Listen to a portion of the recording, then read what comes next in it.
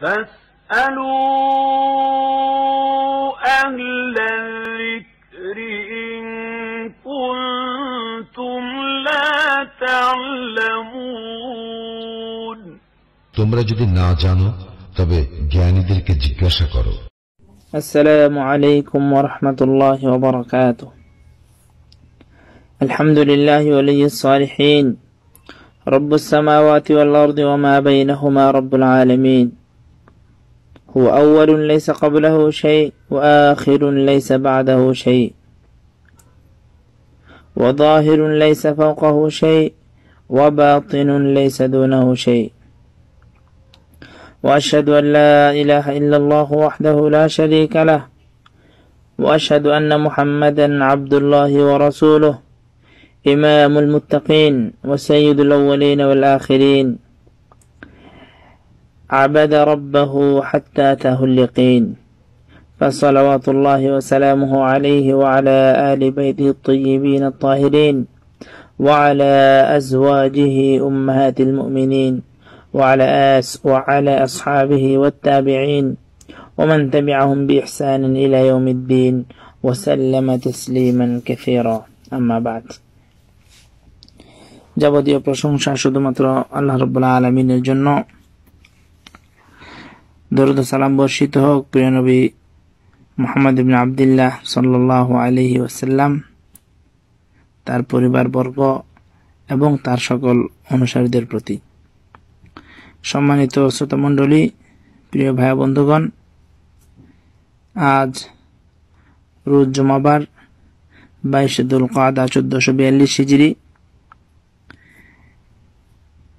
2 জুলাই 2021 ইংরেজি। মসজিদুল হারামে আজ অত্যন্ত গুরুত্বপূর্ণ একটি বিষয় আলোচনা পেশ করেছেন সম্মানিত শেখ সাউদ বিন ইব্রাহিম আশ-শুরাইম হাফিজাহুল্লাহ। তার আলোচনার বিষয় ছিল আত্মসমালোচনার নীতিমালা এবং এর আদব সমূহ। এটি অত্যন্ত গুরুত্বপূর্ণ একটি বিষয় যে আমরা বর্তমান পৃথিবীতে আমরা শুধু অন্যের দোষ ত্রুটি, অন্যের বিভিন্ন বিষয় নিয়ে আমরা মেতে থাকি, কিন্তু আমরা নিজেদের যে বিষয় নিজেদেরকে নিয়ে ভুলে যাই। সেজন্য আজকের খুতবাটি অত্যন্ত গুরুত্বপূর্ণ। আল্লাহ রাব্বুল আলামিনের কাছে তৌফিক কামনা করছি, তিনি যেন আমাকে তৌফিক প্রদান করেন। খুতবার মূল যে অংশ, মূল বিষয়বস্তু যেন সংক্ষিপ্তভাবে আপনাদের সামনে উপস্থাপন করতে পারি। ওমা তৌফিক ইল্লা বিল্লাহ। সম্মানিত খতিব সাহেব শুরুতেই তার আলোচনায় তিনি আল্লাহ রাব্বুল আলামিনকে ভয় করার জন্য নির্দেশ প্রদান করেছেন। তিনি বলছেন, ওয়াত্তাকুল্লাহ হাক্কা তুকাতিহি ওয়া লা তামুতুন্না ইল্লা ওয়া আনতুম মুসলিমুন, যে আল্লাহ রাব্বুল আলামিনকে যথাযথ ভয় করতে হবে। আর যদি আমরা আল্লাহ রাব্বুল আলামিন, তিনি বলছেন ওয়াত্তাকুল্লাহ হাক্কা তুকাতিহি, যথাযথভাবে আল্লাহ রাব্বুল আলামিনকে ভয় করতে হবে। ওয়া লা তামুতুন্না ইল্লা ওয়া আনতুম মুসলিমুন, আর তোমরা মুসলিম হওয়া ব্যতীত তোমরা মৃত্যুবরণ করো না। এরপর সম্মানিত খতিব সাহেব তার মূল যে আলোচনার বিষয়, সেই বিষয়ে তিনি আলোকপাত শুরু করেন। তিনি বলছেন যে অবশ্যই আমাদেরকে নিজেদের আত্মসমালোচনা করতে হবে। আমাদের নিজেদের যে দুষ্ত্রুটিগুলো রয়েছে, সেই দুষ্ত্রুটিগুলো আমাদের অন্বেষণ করে খুঁজে বের করে নিজেদের পরিশুদ্ধি করতে হবে। যদি আমরা প্রত্যেকে এভাবে নিজেকে সংশোধন করি, তাহলে আমাদের সমাজ অত্যন্ত সুন্দর হবে এবং সমাজের প্রত্যেকটা ব্যক্তি সংশোধিত হবে। তিনি বলছেন যে হাসিবু আনফুসাকুম ক্বাবলা আন তুহাসাবু, যে আল্লাহ রাব্বুল আলামিন আমাদের হিসাব নেওয়ার পূর্বেই তিনি বলছেন যে আমরা আমাদের নিজেদের হিসাবগুলো যেন আমরা নিয়ে নিই। তিনি বলছেন যে আমাদের যে মিজানের পাল্লা, সেখানে আমাদের আমলগুলোকে আল্লাহ রাব্বুল আলামিন পরিমাপ করার পূর্বে আমরা আমাদের আমলগুলোকে পরিমাপ করে নিই, আমাদের আমলগুলো কি পরিমাণ হয়েছে।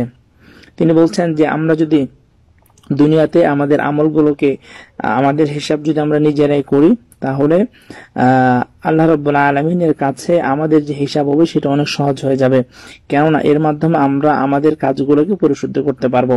তিনি বলছেন যে আজকে আমরা যদি আমল করি, তা আজ আমাদের জন্য আমল করার সুযোগ রয়েছে, কিন্তু আজ আমাদের কেউ হিসাব নিচ্ছে না। কিন্তু কিয়ামতের দিন, আমাদের মৃত্যুর পরে, সেখানে শুধু হিসাব হবে, কোনো আমল করার আমরা সুযোগ পাবো না। আমাদের যে জীবন, সেই জীবন আমরা কাজ করার সময় আমাদের খুবই অল্প, কিন্তু হিসাবের সময় অনেক বেশি। সেই জন্য সম্মানিত খতিব সাহেব বলছেন যে আমাদেরকে দুনিয়াতেই আমাদের হিসাব করতে হবে, যাতে আমাদের যে আমলগুলো রয়েছে সেই আমলগুলো আমরা আমাদের আরো সুন্দর করতে পারি। আর কিয়ামতের দিন সেটা আমাদের জন্য সহজ হয়ে যাবে, কারণ আজকে আমাদের জন্য আমলের সুযোগ রয়েছে। আল্লাহ রাব্বুল আলামিন দুনিয়াতে সেই আমলের হিসাব নিচ্ছেন না, কিন্তু কিয়ামতের দিন আমাদের আমলের হিসাব নেবেন। সেদিন আমরা নতুন করে কোনো কাজ করার সুযোগ পাবো না। তিনি বলছেন যে আল্লাহ রাব্বুল আলামিন কোরআনে কারীমে উল্লেখ করেছেন, ইয়াউমাইদিন তু'রাদুন লা তাখফা মিনকুম খাফিয়া, যে সেদিন আর কোনো কিছুই অস্পষ্ট থাকবে না, আল্লাহ রাব্বুল আলামিন সবকিছুই পেশ করে দিবেন।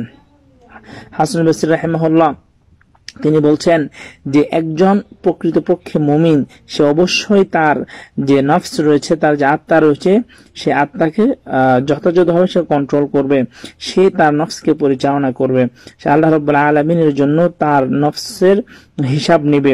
তিনি বলছেন যে যখন আমরা দুনিয়াতে আমাদের নফসের হিসাব নিব, কিয়ামতের দিন আমাদের জন্য সেই হিসাব সহজ হয়ে যাবে। আর যদি আমরা দুনিয়াতে আমাদের নফসের হিসাব না নিই, তাহলে কিয়ামতের দিনে হিসাব আমাদের জন্য অত্যন্ত কঠিন হয়ে যাবে। কারণ হলো, দুনিয়াতে যদি আমরা আমাদের হিসাবগুলো নিয়ে থাকি, তাহলে আমরা ভালো কাজ করতে পারবো আর অন্যায় কাজ থেকে আমরা বিরত থাকতে পারবো। তিনি বলছেন যে আল্লাহ রাব্বুল আলামিন আমাদেরকে, আল্লাহ রাব্বুল আলামিনের হিকমা হলো এটাই যে তিনি আমাদেরকে 3টি নফস দান করেছেন। আপনারা এইসব বিষয় জানেন যে আমাদের যে নফসের বিষয়গুলো রয়েছে, নফসে লাওয়ামা, নফসে আম্মারা, নফসে মুতমাইন্না। তিনি বলছেন যে আল্লাহ রাব্বুল আলামিন আমাদেরকে যে নফসগুলো দিয়েছেন, এটা হলো আল্লাহ রাব্বুল আলামিনের হিকমা। আমাদের শরীরে যতদিন পর্যন্ত রূহ থাকবে, এই নফসগুলো আমাদের মধ্যে থাকবে। অর্থাৎ আমাদের নফস, আমাদের আত্মা কখনো ভালো হয়, কখনো ভালো কাজ করতে আগ্রহী হয়, আবার কখনো মন্দের দিকে সে ধাবিত হয়ে যায়। তিনি বলছেন যে সেজন্য আমাদেরকে অর্থাৎ আমাদের যে নফস গুলো রয়েছে, সেই নফস, আমাদের নফসের বিষয়ে আমরাই সবচেয়ে বেশি আমরা জানি যে আমার নফসের অবস্থা কেমন। তিনি বলছেন যে আমরা আমাদের নফসের বিষয়ে সবচেয়ে বেশি জেনে থাকে, আমাদের নফসের অবস্থা কেমন হয়ে থাকে। এরপর তিনি বলছেন যে সেজন্য আমরা যদি আমাদের নফসকে ভালো রাখতে চাই, সেজন্য নিজের যে আত্মসমালোচনা, সে আত্মসমালোচনার পথকে খোলা রাখতে হবে। আর অন্যের অন্যকে নিয়ে যে আমরা বিভিন্ন প্রকারের গীবত বা এই ধরনের যে কাজগুলো করে থাকি, সেখান থেকে আমাদেরকে বেঁচে থাকতে হবে। এর মাধ্যমে আমরা আমাদের নফসের পরিশুদ্ধি করতে পারবো। আর তিনি বলছেন যে যখনই আমরা আমাদের কোনো ত্রুটি পাবো, তখন সেই ত্রুটিটাকে আমরা আমাদের নফসুল লাওয়ামার মাধ্যমে সেটাকে আমরা সংশোধন করব। আর আমাদের নফসুল লাওয়ামা আর নফসে মুতমাইন্না, এই দুটো নফস আমাদের যে নফসে আম্মারা যেটা রয়েছে, যেটা আমাদেরকে খারাপ কাজের প্রতি ধাবিত করে, সেই নফসে আম্মারাকে কঠিনভাবে পাকড়াও করবে। অর্থাৎ আমাদের নফসুল লাওয়ামা আর নফসে মুতমাইন্না, এই দুটো নফসের মাধ্যমে আমাদের নফসে আম্মারার উপর আমাদেরকে বিজয় লাভ করতে হবে। তিনি বলছেন যে আমরা যদি নিজেদের আত্মসমালোচনা করতে পারি, তাহলে এটা অত্যন্ত বীরত্বপূর্ণ একটি কাজ, কারণ এটা মানুষের জন্য অত্যন্ত কঠিন। আর অধিকাংশ মানুষ নিজেদের আত্মসমালোচনা করে না, মানুষ তাদের অহংকারের কারণে। আর এর ফলেই মানুষ দেখা যায় যে তাদের ভুলগুলোকে মানুষের সামনে শুদ্ধ হিসেবে প্রকাশ করার চেষ্টা করে। অর্থাৎ যখন কোনো মানুষ ভুল করে আর সেই ভুলকে যদি সে স্বীকার না করে, তাহলে সেই ভুলটাকে মানুষের কাছে শুদ্ধ হিসেবে সে প্রচার করার চেষ্টা করে, আর তার মন্দটাকে সুন্দর হিসেবে সে মানুষের সামনে উপস্থাপন করে। আল্লাহ রাব্বুল আলামিন কোরআনে কারীমে বলছেন যে বালিল ইনসানু আলা নাফসিহি বাসীরা ওয়ালাউ আলকা মাআযিরা, যে প্রকৃতপক্ষে মানুষ তার প্রকৃত অবস্থা সে জানে সে কিসের উপর রয়েছে, যদিও বা সে মানুষের সামনে অজুহাত পেশ করে। অর্থাৎ সে প্রকৃতপক্ষে সে যে একজন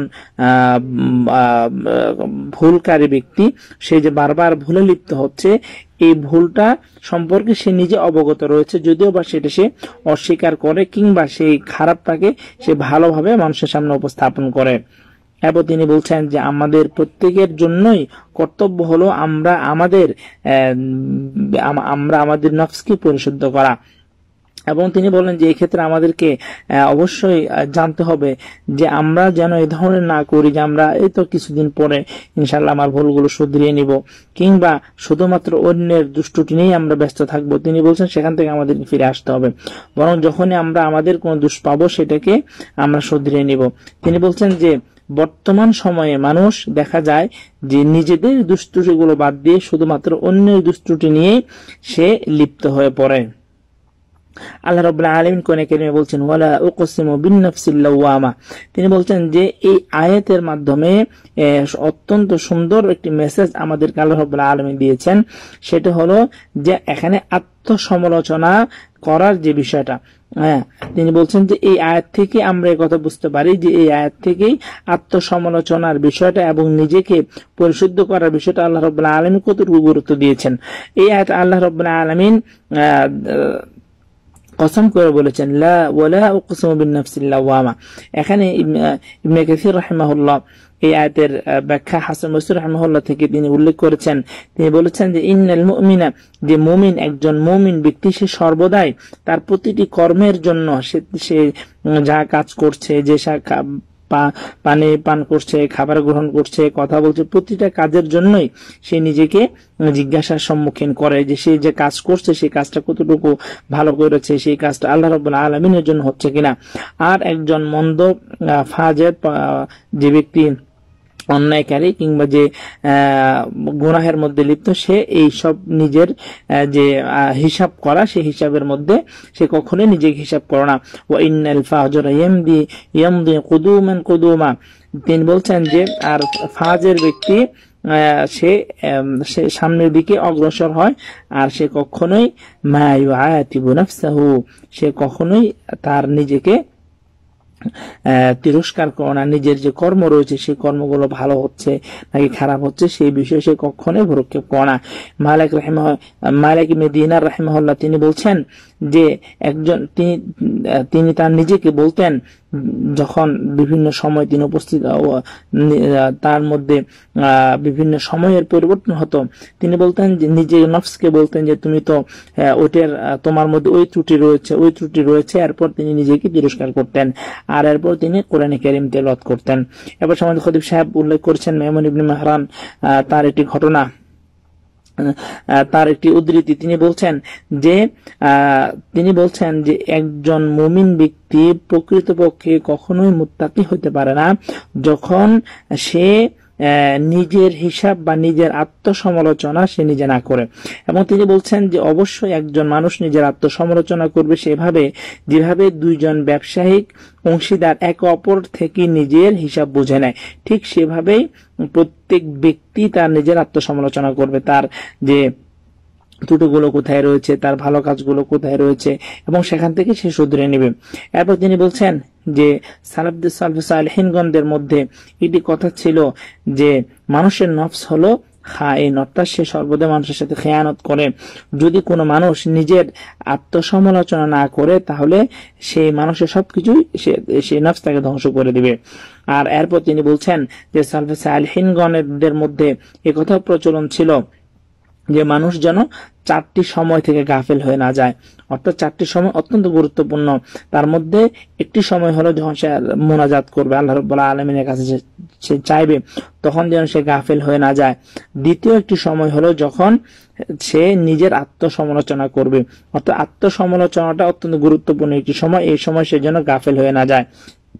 এরপর তিনি বলছেন যে আরো একটি গুরুত্বপূর্ণ সময় হলো যখন মানুষ তাদের বন্ধু বান্ধব আত্মীয় স্বজনদের সাথে থাকে, যে আত্মীয় স্বজন তার ভুলগুলো তাকে দেখিয়ে দেয় আর তার ব্যাপারে সত্য যে কথা সেটাই বলে, অর্থাৎ মানুষের সামনে তার শুধু প্রশংসা করবে, তার দুষ্টুটিগুলো কখনোই তাকে ধরিয়ে দিবে না, এই ধরনের যেন না হয়। এরপর তিনি বলছেন যে চতুর্থ সময় হলো যখন সে আল্লাহ রাব্বুল আলামিনের নিয়ামতগুলো মধ্যে সে থাকবে, অর্থাৎ তার মধ্যে এবং আল্লাহ রাব্বুল আলামিনের যে নিয়ামতগুলো আল্লাহ রাব্বুল আলামিন তাকে দিয়েছে সেই নিয়ামতগুলোর মধ্যে যখন সে থাকবে তখন সে যেন গাফলার মধ্যে পড়ে না যায়। এরপর সময় খতিব সাহেব বলছেন যে আত্মসমালোচনার কয়েকটি মৌলিক নীতিমালা রয়েছে। অর্থাৎ আমরা যে আত্মসমালোচনা করব, কিভাবে আমরা আমাদের আত্মসমালোচনা করব, তিনি তিনটি অত্যন্ত গুরুত্বপূর্ণ মৌলিক নীতিমালা এখানে তুলে ধরেছেন। প্রথমটি হলো যে আমরা আমাদের যে দুষ্ত্রুটিগুলো রয়েছে সেই দুষ্ত্রুটিগুলো স্বীকার করা। যে কোনো সময় আমাদের কোনো ভুল হয়, মানুষ মাত্র ভুল। তিনি বলছেন যে আমরা মানুষ, আমাদের যে নফস রয়েছে সেটা ভুল করবে, আবার শুদ্ধ করবে, আবার সে খুশি হবে, সে আবার ব্যথিত হবে। এটাই হলো মানুষের সৃষ্টিগত আল্লাহ রাব্বুল আলামিনের পক্ষ থেকে বৈশিষ্ট্য। হাদিসের মধ্যে এসেছে যে কুল্লু বনি আদম খাত্তা ওয়া খায়রুল খাত্তাইন আত-তাওয়াবুন, অর্থাৎ মানুষ বনি আদম তারা ভুল করবে, আর তাদের মধ্যে হলো থেকে তারাই সবচেয়ে উত্তম যারা তওবা করে ফিরে আসবে। তাহলে আমাদের আত্মসমালোচনার প্রথম যে নীতিমালা সেটা হলো আমাদের যে কোনো ভুল হলে সেটাকে আমরা স্বীকার করব, আর আমাদের সেই স্বীকৃতির ক্ষেত্রে যেন আমাদের অহংকার, আমাদের আত্মহমিকা কিংবা সেই ভুলের উপরে দীর্ঘ সময় থেকে যাওয়ার জন্য প্রতিবন্ধকতা সৃষ্টি না করে যত দ্রুত সম্ভব হবে সেই ভুল থেকে নিজেকে বের করে নিয়ে আসা। তিনি বলছেন যদি আমরা দীর্ঘদিন যদি সেই ভুলের উপর থেকে যাই, কিংবা আমরা যদি এভাবে বলি যে আমরা হয়তো আবার কিছুদিন পরে আমরা শুধরিয়ে নিব, তাহলে এটার মাধ্যমে সে এমন একটি পর্যায়ে পৌঁছে যাবে যেখান থেকে সে আর কখনোই সঠিক পথে কিংবা শুধরানোর পথে সে আর ফিরে আসতে পারবে না। এরপর সমাজ খতিব সাহেব বলছেন যে আত্মশুদ্ধির বা আত্মসমালোচনার দ্বিতীয় একটি গুরুত্বপূর্ণ নীতিমালা হলো যখনই আমাদের কাছে কোনো ভুল প্রমাণিত হবে সেই ভুল থেকে নিজেকে ফিরিয়ে রাখা। অর্থাৎ যখন আমরা জানতে পেরেছি যে এই কাজটা ভুল, সেই কাজে আর কখনোই জড়িত হয়ে না পড়া, সেখান থেকে আমাদেরকে অবশ্যই পরিপূর্ণভাবে ফিরে আসতে হবে। এটি হলো অত্যন্ত গুরুত্বপূর্ণ একটি বিষয়। আর সেখান থেকে ফিরে আসতে হবে তাওয়াদু সহকারে। তিনি বলছেন যে বিকুল্লি তাওয়াদুইন ইনকিয়াদ, যদি পরিপূর্ণ আত্মসমর্পণের মাধ্যমে সেখান থেকে আমাদেরকে ফিরে চলে আসতে হবে।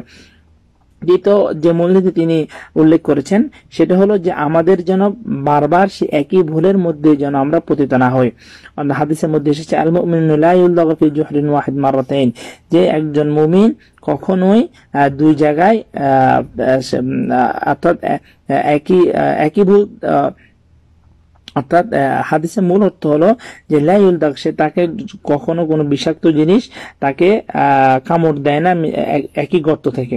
অর্থাৎ এটার অর্থ হলো যে একজন মুমিন একই জায়গায় দুইবার ভুলে পতিত হয় না। সেজন্য আমাদেরকেও খেয়াল রাখতে হবে যখনই আমাদের থেকে কোনো ভুল প্রমাণিত হবে সে ভুল যেন বারবার না হয়। এই হাদিস থেকে আমাদের শিক্ষা নিতে হবে যে আমরা যেন একই ভুলে বারবার পতিত না হয়। সমাজ খতিব সাহেব এটা অত্যন্ত গুরুত্ব সহকারে তিনি এখানে উল্লেখ করেছেন। তিনি বলছেন যে আমাদেরকে সেই ভুল থেকে শিক্ষা নিতে হবে, যে শুধু নিজের থেকে না বরং অন্যরও যদি কোনো ভুল আমার কাছে আসে সেখান থেকেও আমাকে অবশ্যই শিক্ষা নিতে হবে। এরপর সমাজ খতিব সাহেব বলছেন যে নিজের আত্মসমালোচনার বিষয়ে নিজের চেয়ে অধিক কেউ জানে না। কারণ একজন মানুষ তার শয়ন স্বপনে, তার অদৃশ্যের সময়, অর্থাৎ সে গোপনে একাকী বা মানুষের সাথে জামাতবদ্ধ সময়ে প্রতিটা অবস্থায় সে নিজের অবস্থা সম্পর্কে সে জানে, তার ভালো কাজগুলো সম্পর্কে, তার খারাপ কাজগুলো সম্পর্কে, প্রতিটা কাজের ব্যাপারেই একজন মানুষের কাছে তার নিজের অবস্থা খুবই পরিচ্ছন্ন। সেজন্য সমাজ খতিব সাহেব বলছেন যে সেজন্য নিজেই নিজের পরিশুদ্ধ করার চেষ্টা করবে, তাকে ভালো করবে, তার যে অন্যায়গুলো রয়েছে সেখান থেকে নিজেকে পরিশুদ্ধ করবে।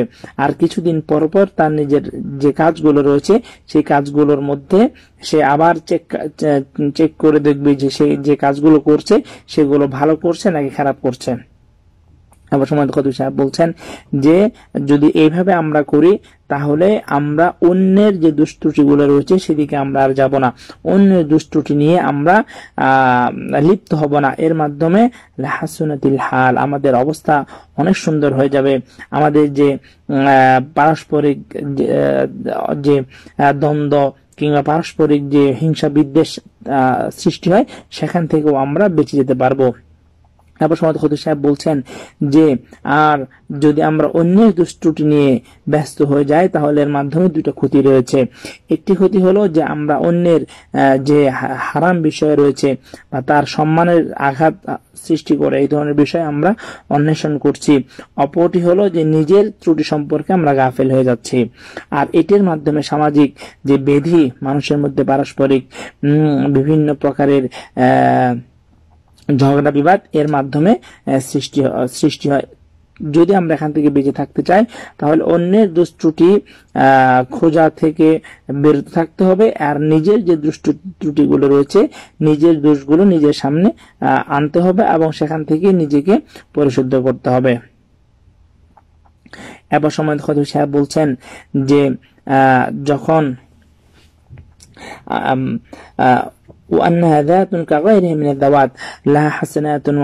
তিনি বলছেন যে মানুষের যে নফস রয়েছে এই নফস গুলো সে কখনো ভালো কাজ করে, কখনো সে মন্দ কাজ করে, আবার সে খুশি হয়, সে আনন্দিত হয়। অর্থাৎ মানুষের যে নফস রয়েছে তার মধ্যে বিভিন্ন ধরনের পরিবর্তন হয়। সুতরাং আমাদের যে নফস, সেই নফসের যে প্রকৃত অবস্থা সেই প্রকৃত অবস্থার মধ্যেই তাকে রাখতে হবে। আমরা যদি তাকাল্লুফ করে এমন সব কাজ মানুষের সামনে উপস্থাপন করি যেটা মূলত আমার মধ্যে নেই, অথবা নিজে মানুষের সামনে এমন ভাবে আমরা প্রকাশ করলাম সেই এর মাধ্যমে এমন হতে পারে যে মানুষ আমাকে হয়তো অনেক ভালো মনে করছে কিন্তু প্রকৃতপক্ষে আমার অবস্থা তেমন নয়, তাহলে এমন একটি পরিস্থিতির মধ্যে আমি পড়ে যাব যে একই অবস্থার মধ্যে আমি সর্বদা থাকতে পারবো না যে ফিতরতের উপর আল্লাহ রাব্বুল আলামিন আমাকে সৃষ্টি করেছেন। এর ফলে আমার তিনি সময় খতিব সাহেব বলছেন যে এর ফলে যে ব্যক্তি এই পরিস্থিতির মধ্যে নিজেকে উপস্থাপন করবে সে বড় ধরনের বিপদের সম্মুখীন হবে। এরপর সময় খতিব সাহেব বলছেন যে আত্মসমালোচনার ক্ষেত্রে আমাদেরকে খেয়াল রাখতে হবে, এর কিছু আদাব রয়েছে, এই আদাবগুলো আমাদেরকে যথাযথভাবে মেনে চলতে হবে। তিনি বলছেন যে আত্মসমালোচনার অর্থ এই নয় যে নিজেকে এমনভাবে তিরস্কার করা, নিজেকে ধ্বংস করে দেওয়া কিংবা নিজে ধ্বংস হয়ে গিয়েছে এই ধরনের মনে করা। তিনি বলছেন যে এর অর্থ হলো যে আমাদের দৃষ্টিগুলো থেকে নিজেকে সুন্দর দিকে নিয়ে যাওয়া। যদি আমরা এর পরিবর্তে যদি আমরা নিজেকে আরো ধ্বংসের দিকে নিয়ে যাই তাহলে সেটা আত্মসমালোচনা হলো না, সেটাকে নিজেকে ধ্বংস করা হলো। তিনি বলছেন হাসান, আমাদের নিজের খারাপ গুলো থেকে নিজেকে ভালোর পথে নিয়ে যাওয়া, অথবা যদি আমরা ভালোর মধ্যে থাকি তাহলে আমাদের হাসান থেকে আহসানের দিকে নিয়ে যাওয়া। আমরা যদি ভালো কাজের উপর থাকি তাহলে তার চেয়েও ভালো কাজের দিকে নিজের নফসকে নিয়ে যাওয়া। তিনি বলছেন এর বিপরীতে যদি আমরা আমরা যদি নিজেদেরকে এই পরিমাণ তিরস্কার করি যার মাধ্যমে নিজেকে ধ্বংস হয়ে যাচ্ছে, নিজেকে আমরা আগুনের মতো জ্বালিয়ে ফেলছি, তাহলে আমাদের হিতে বিপরীত হবে। সেজন্য এর যে আদাবগুলো রয়েছে সেই আদাবগুলো আমাদেরকে লক্ষ্য রাখতে হবে। তিনি বলছেন যে নিজেকে এমন তিরস্কার করা যাবে না যার যে তিরস্কারের ফলে সে আত্মশুদ্ধির যে পথ রয়েছে সেখান থেকেই সে দূরে সরে যাবে, কিংবা আত্মসমালোচনার যে প্রথম যে স্টেপ সেই সূচনা থেকেই সে দূরে সরে যাবে, অর্থাৎ সে আর আত্মসমালোচনা করবে না। তিনি বলছেন এই পর্যায়ে নিজেকে তিরস্কার করা যাবে না। এবং তিনি বলছেন যে আরেকটি বিষয় রয়েছে আমাদের, সেটা হলো যখন আমাদের আত্মসমালোচনার ক্ষেত্রে আমাদেরকে স্মরণ রাখতে হবে যে দোষগুলো হচ্ছে সেই দোষগুলো অন্যের উপরও চাপানো যাবে না যে এই দোষটা অমুক ব্যক্তির কারণে হয়েছে, না বরং নিজের দোষগুলো এর কারণগুলো নিজের উপরেই বহন করতে হবে। তাহলে আমরা আত্মসমালোচনার মাধ্যমে যে প্রকৃত যে ফলাফল সেটা আমরা অর্জন করতে পারবো। হাদিসের মধ্যে রাসূলুল্লাহ সাল্লাল্লাহু আলাইহি ওয়াসাল্লাম বলেছেন ইহরিস আলা মা ইয়ানফাউকা ওয়াস্তাইন বিল্লাহি ওয়ালা তা'জাজ, অর্থাৎ যেটা তোমার জন্য কল্যাণকর সেটার জন্য তুমি প্রচেষ্টা করো, আল্লাহ রাব্বুল আলামিনের কাছে তুমি সাহায্য কামনা করো, ওয়ালা তা'জাজ, তুমি অক্ষম হও না। অর্থাৎ আমাদের আত্মসমালোচনার ক্ষেত্রে অবশ্যই কথা খেয়াল রাখতে হবে যে দুষ্টুটিগুলো আমাদের সামনে আসবে সেখান থেকে নিজেকে বাঁচিয়ে রাখতে হবে, আর দুষ্টুটির যে কারণগুলো আমাদের সামনে উদ্ঘাটন হবে সেই কারণগুলো অন্যের উপরে চাপিয়ে না দিয়ে সেই কারণগুলো থেকে কিভাবে নিজেকে ভালো করা যায় সেদিকে আমাদেরকে লক্ষ্য রাখতে হবে। এবার সম্মানিত খতিব সাহেব বলছেন যে আমরা যে আত্মসমালোচনা করব, এই আত্মসমালোচনা শুরুটাই হলো প্রশংসনীয়। আমরা আত্মসমালোচনা করতে পারাটাই হলো আমাদের জন্য প্রশংসনীয়। তিনি বলছেন যদি আমরা এভাবে করতে পারি, প্রত্যেক ব্যক্তি যদি আমরা আত্মসমালোচনা করি, তাহলে আমাদের সমাজগুলো অনেক সুন্দর হয়ে যাবে। কারণ আমাদের প্রতিটা ব্যক্তিকে নিয়ে আমাদের সমাজগুলো গঠিত হয়। এরপর সম্মানিত খতিব সাহেব বলছেন যে আমাদেরকে এই পদ্ধতিটাই আমাদেরকে গ্রহণ করতে হবে। আর এই পদ্ধতি যদি আমরা গ্রহণ করতে পারি, তাহলে আমাদের ইহকালীন এবং পরকালীন উভয় জায়গাতেই আমাদের জন্য সম্মান এবং সফলতা রয়েছে। এরপর সম্মানিত খতিব সাহেব বলছেন যে তিনি কোরআন কারীমের একটি আয়াত উল্লেখ করেছেন, আওয়ালাম্মা আসাবাতকুম মুসিবা ক্বাদ আসাবাতুম মিসলাহা কুলতুম আন্না হাযা কুল হুয়া মিন ইনদি আনফুসিকুম ইন্নাল্লাহা আলা কুল্লি শাইইন কাদির। যে কথাটা আমি পূর্বে উল্লেখ করেছিলাম যে অনেক সময় দেখা যায় যে মানুষ নিজের যে দুষ্ত্রুটিগুলো, সেগুলোর যে কারণ, সেই কারণগুলো সে নিজের উপরে সে স্বীকার করে না। অর্থাৎ দেখা যায় কোনো একটি ভুল হয়েছে, সে এটি স্বীকার করতে চায় না যে এই ভুলটা তার মাধ্যমে হয়েছে, বরং সে মনে করে অমুকের কারণে তার এই ভুল হয়েছে। সে এই কথা মনে করে, যদি সে এই কথাটা স্বীকার করে যে তার কারণে এই ভুল হয়েছে, সেটা তার সম্মানকে ছোট করবে, বরং সেটা না। তিনি বলছেন যে বরং অন্য কোনো ব্যক্তির সম্মানকে ছোট করে এই ধরনের মনে করাটাই হলো অন্যায়, এটাই হলো ক্ষতি। এর মাধ্যমে নিজেকে অসম্মানিত করা হয়। বরং অন্যের যে কারণ অন্যের দিকে নেওয়া হচ্ছে, সেই কারণটা যদি নিজের দিকে নেওয়া হয়, এটার মাধ্যমে অন্যকে সম্মানিত করা হবে। আর যদি এর বিপরীতে করা হয়, তাহলে অন্য ব্যক্তিকে তাকে নিন্দা করা হবে।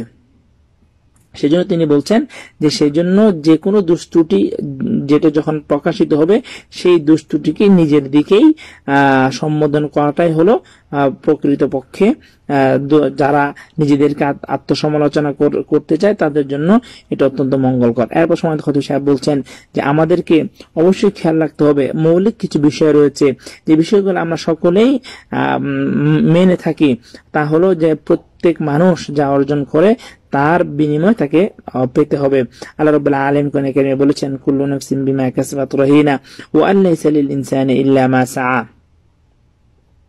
এবার সম্মানিত খতিব সাহেব বলছেন সুতরাং প্রত্যেকটা মুমিন ব্যক্তির জন্য, প্রত্যেকটা মুসলিমের জন্য কর্তব্য হলো সে তার নিজের সাথে স্পষ্টবাদী হবে।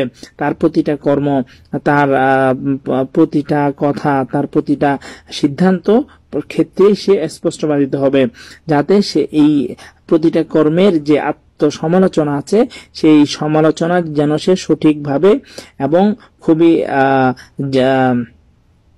গুরুত্ব সহকারে যেন সে এই কাজটি করতে পারে।